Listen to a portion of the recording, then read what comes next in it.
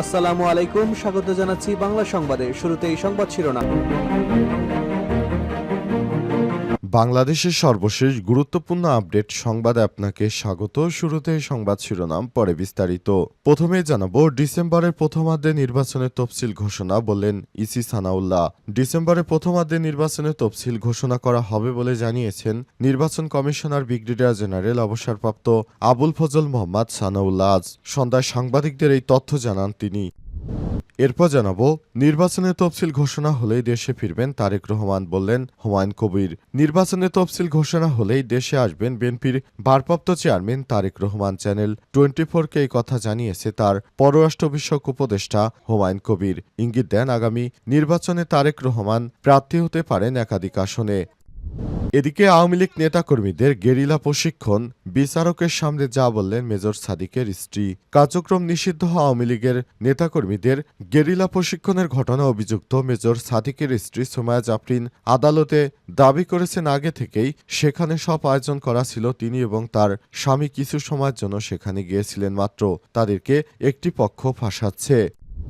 এদিকে বাজার সিন্ডিকেট নির্মূল করা হয়েছে বললেন বাণিজ্য উপদেষ্টা।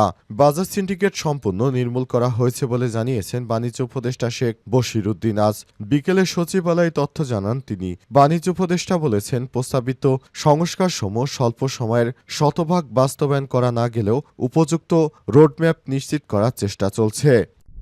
এবং সর্বশেষ জানাবো, যুক্তরাষ্ট্রের 50% শুল্ক আরোপের প্রতিক্রিয়ায় যা বলল ভারত। রাশিয়া থেকে তেল কেনার শাস্তি হিসেবে ভারতের উপর আরও 25% আমদানি শুল্ক আরোপের ঘোষণা দিয়েছে যুক্তরাষ্ট্রের প্রেসিডেন্ট ডোনাল্ড ট্রাম্প। নতুন এই সিদ্ধান্তে ভারতীয় পণ্যের উপর মোট শুল্কের হার দাঁড়ালো 50%। তবে ট্রাম্পের এই ঘোষণায় তীব্র প্রতিক্রিয়া জানিয়েছে ভারত। প্রিয় দর্শক, এতক্ষণ শুনছিলেন সংবাদ শিরোনাম, এবারে বিস্তারিত।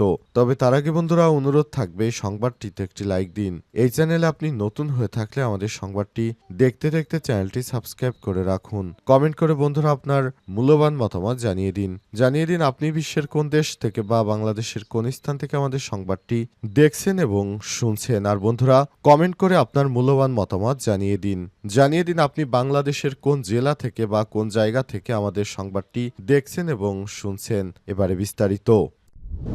ডিসেম্বরের প্রথমার্ধে নির্বাচনের তফসিল, বললেন ইসি সানাউল্লাহ। ডিসেম্বরের প্রথমার্ধে নির্বাচনের তফসিল ঘোষণা করা হবে বলে জানিয়েছে নির্বাচন কমিশনার ব্রিগেডিয়ার জেনারেল অবসরপ্রাপ্ত আবুল ফজল মোহাম্মদ সানাউল্লাহ। আর সন্ধ্যায় সাংবাদিকদের এই তথ্য জানান তিনি। আবুল ফজল মোহাম্মদ সানাউল্লাহ জানান, আগামী 31 অক্টোবর পর্যন্ত যারা ভোটার হবেন তারা আগামী নির্বাচনে ভোট দিতে পারবেন। তিনি আরও জানান, পোস্টাল ব্যালটে ভোট দেবেন প্রবাসী ভোটাররা। প্রবাসী ভোটারদেরকে ভোট দিতে অনলাইনে রেজিস্ট্রেশন করতে হবে। সেপ্টেম্বর মাস থেকে প্রবাসী ভোটারদের বিভিন্ন বিষয়ে অবহিত করা হবে বলেও জানান এই নির্বাচন কমিশনার। তিনি জানান, যেভাবে ভোটারেরা আছে বিদেশে, তারা সেখান থেকে যেন বাংলাদেশে একটি নির্দিষ্ট দলকে ভোট দিতে পারেন সে ব্যাপারে বাংলাদেশ থেকে সর্বাত্মক প্রস্তুতি গ্রহণ করা হচ্ছে। অন্তর্বর্তীকালীন সরকারের প্রধান উপদেষ্টা প্রফেসর ডক্টর মোহাম্মদ ইউনূস যেভাবে বাংলাদেশটাকে এগিয়ে নিয়ে যাচ্ছেন সেটি সত্যি অনেক প্রশংসার দাবিদার। তিনি দেশটিকে যেভাবে পারছেন সেভাবেই এগিয়ে নিয়ে যাওয়ার সর্বাত্মক চেষ্টা চালিয়ে যাচ্ছেন। এটি আমরা বাঙালি জাতি হিসেবে অত্যন্ত গর্বের। তার মতো একজন অন্তর্বর্তীকালীন সরকারের উপদেষ্টা পেয়েছি, যিনি এমন একজন মানুষ যে যুক্তরাষ্ট্র থেকে শুল্ক 37% থেকে কমিয়ে 20% করেছেন, যেটা আমাদের জন্য খুবই ভালো একটি সংবাদ। পাশাপাশি ভারতে দেখা যাচ্ছে শুল্কের পরিমাণ 50%তে উন্নীত করেছে। যুক্তরাষ্ট্রের সঙ্গে লাগতে গিয়ে ভারত তছনছ হয়ে গেছে, কিন্তু বাংলাদেশের অন্তর্বর্তীকালীন সরকারের প্রধান উপদেষ্টার দূরদর্শী নেতৃত্বের কারণে বাংলাদেশ সফল হয়েছে। নির্বাচনের তফসিল ঘোষণা হলেই দেশে আসবেন তারেক রহমান, বললেন হুমায়ুন কবির। নির্বাচনের তফসিল ঘোষণা হলেই দেশে আসবেন বিএনপির ভারপ্রাপ্ত চেয়ারম্যান তারেক রহমান। চ্যানেল 24কে কথা জানিয়েছেন তার পররাষ্ট্র বিষয়ক উপদেষ্টা হুমায়ুন কবির। ইঙ্গিত দেন, আগামী নির্বাচনে তারেক রহমান প্রার্থী হতে পারেন একাধিক আসনে। 11তে সেনা সমর্থিত তত্ত্বাবধায়ক সরকার আমলে গ্রেপ্তার করা হয় বিএনপির তৎকালীন সিনিয়র ভাইস চেয়ারম্যান তারেক রহমানকে। পরের বছর জামিন দিয়ে তাকে দেশ ছাড়তে বাধ্য করা হয়। পাড়ি দেন লন্ডনে জীবনে শুরু হয় তারেক রহমানের নির্বাসিত জীবন। এরপর কেটে গেছে ১৭টি বছর। ৫ই আগস্ট অভ্যুত্থানের পর ১/১১ এবং আওয়ামী লীগের আমলে হওয়া সব মামলায় খালাস পেয়েছেন তারেক রহমান। এরপর থেকে অনেকেই প্রশ্ন করছেন, নতুন বাংলাদেশে কবে ফিরবেন তারেক রহমান? ফেব্রুয়ারিতে নির্বাচনের ঘোষণার পর আবারও সামনে এসেছে সেই প্রশ্ন। সুনির্দিষ্ট দিনক্ষণ উল্লেখ না করলেও এখন বিএনপির নেতাকর্মীরা বলার চেষ্টা করছেন তফসিল ঘোষণার পরে নাকি দেশে ফিরবেন তারেক। উনি আসবেন, কেননা ওনার নেতৃত্বেই তো বিএনপি নির্বাচনে যাবে। তিনি আমাদের প্রধানমন্ত্রী প্রার্থী, তিনি বাংলাদেশের পরবর্তী প্রধানমন্ত্রী। যদি জনগণ বিএনপিকে নির্বাচিত করে, এখানে কোনো যদি কিন্তু নাই।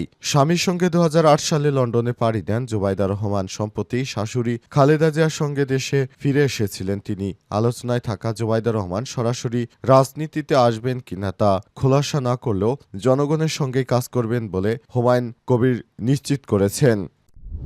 আওয়ামী লীগ নেতাকর্মীদের গেরিলা প্রশিক্ষণ, বিচারকের সামনে যা বললেন মেজর সাদিকের স্ত্রী। কার্যক্রম নিষিদ্ধ হওয়া আওয়ামী লীগের নেতাকর্মীদের গেরিলা প্রশিক্ষণের ঘটনায় অভিযুক্ত মেজর সাদিকের স্ত্রী সোমায়া জাফরিন আদালতে দাবি করেছেন আগে থেকেই সেখানে সব আয়োজন করা ছিল। তিনি এবং তার স্বামী কিছু সময়ের জন্য সেখানে গিয়েছিলেন মাত্র। আজ দুপুরে রিমান্ড শুনানি চলাকালে বিচারককে জাফরিন বলেছেন, আগে থেকেই ওটা অ্যারেঞ্জ করা ছিল। সেখানে ইনভাইটেশন পেয়ে আমি এবং আমার হাজবেন্ড কিছু সময় জন্য গিয়েছিলাম। তিনি বলেন, এএসপির পরিচয় অন্য কেউ জায়গাটা ভাড়া করেছিল, সেটা আমার উপর চাপানো হচ্ছে। দয়া করে আমাকে রিমান্ডের মতো ডিসিশনে দেবেন না। কিছু জানার থাকলে এমনিতেই জিজ্ঞাসাবাদ করতে পারেন, আমি উত্তর দেব। আমি নিজে এটা করিনি, তাই অনুরোধ আমাকে রিমান্ডে দেবেন না। পরে শুনানি শেষে ভাটারা থানার সন্ত্রাস বিরোধী আইনের মামলায় জাফরিনের ৫ দিনের রিমান্ড মঞ্জুর করেছে আদালতের। আগে ডিএমপির মিডিয়া সেন্টারে এক সংবাদ সম্মেলনে ডিএমপির ডিসি মিডিয়া মোহাম্মদ তালিবুর রহমান বলেছেন, সোমায়া জাফরিনকে মিরপুর ডিওএইচএস এলাকা থেকে গ্রেপ্তার করা হয়েছে। এই রাষ্ট্রবিরোধী ষড়যন্ত্রের ঘটনায় জাফরিনের কি ভূমিকা ছিল তা খতিয়ে দেখা হচ্ছে বলেও জানান তিনি। এই ঘটনা এখন পর্যন্ত ২৮ জনকে গ্রেপ্তার করা হয়েছে। তাদের জিজ্ঞাসাবাদে নতুন নতুন তথ্য সামনে আসছে বলেও জানান এই পুলিশের কর্মকর্তা। তারা বলছেন, আমরা দেশটাকে এমন একটি জায়গায় নিয়ে যেতে চেয়েছি যেখান থেকে আরও ভালো জায়গায় অন্তত দেশ যেতে পারে, কিন্তু দেখা যাচ্ছে আওয়ামী লীগের নেতাকর্মীরা সে বিষয়টিকে পাত্তা দিচ্ছে না। যুক্তরাষ্ট্রের ৫০% শুল্ক আরোপের প্রতিক্রিয়ায় যা বলল ভারত। রাশিয়া থেকে তেল কেনার শাস্তি হিসেবে যুক্তরাষ্ট্রের উপর ৫০% শুল্ক আরোপ করেছে মার্কিন যুক্তরাষ্ট্র। আর এর প্রতিক্রিয়ায় এবার মুখ খুলেছে ভারত। ভারত জানিয়েছে তাদের উপর শাস্তি হিসেবে এই শুল্ক আরোপ করেছেন যুক্তরাষ্ট্রের প্রেসিডেন্ট ডোনাল্ড ট্রাম্প। তিনি ভারতের উপর এই ধরনের কঠোরভাবে শুল্ক আরোপ করাটা ভারতের পক্ষে মোটেই কোনো ভালো সংবাদ নয়, বরং এটি তাদের জন্য খুবই দুঃখজনক একটি সংবাদ হয়ে দাঁড়িয়েছে। কেননা ভারত মনে করেছিল যুক্তরাষ্ট্র হয়তো তাদের উপর ২০%-এরও কম শুল্ক আরোপ করবে, তাই তারা সেভাবে সবকিছু গুছিয়ে নিয়েছিল। কিন্তু শেষ পর্যন্ত দেখা যাচ্ছে যুক্তরাষ্ট্র ভারতের উপর ৫০% হারে শুল্ক আরোপ করার সিদ্ধান্ত নিয়েছে। এতেই ভারতের অর্ডার ইতিমধ্যেই কমতে শুরু করেছে। ভারতের কাছ থেকে বিভিন্ন রাষ্ট্র এখন আর অর্ডার দিচ্ছে না। মোট কথা, তারা অর্ডার ক্যান্সেল করতে শুরু করেছে। এই ধরনের অর্ডার ক্যান্সেলের ফলে চরম বিপাকে পড়েছে নরেন্দ্র মোদীর দেশ।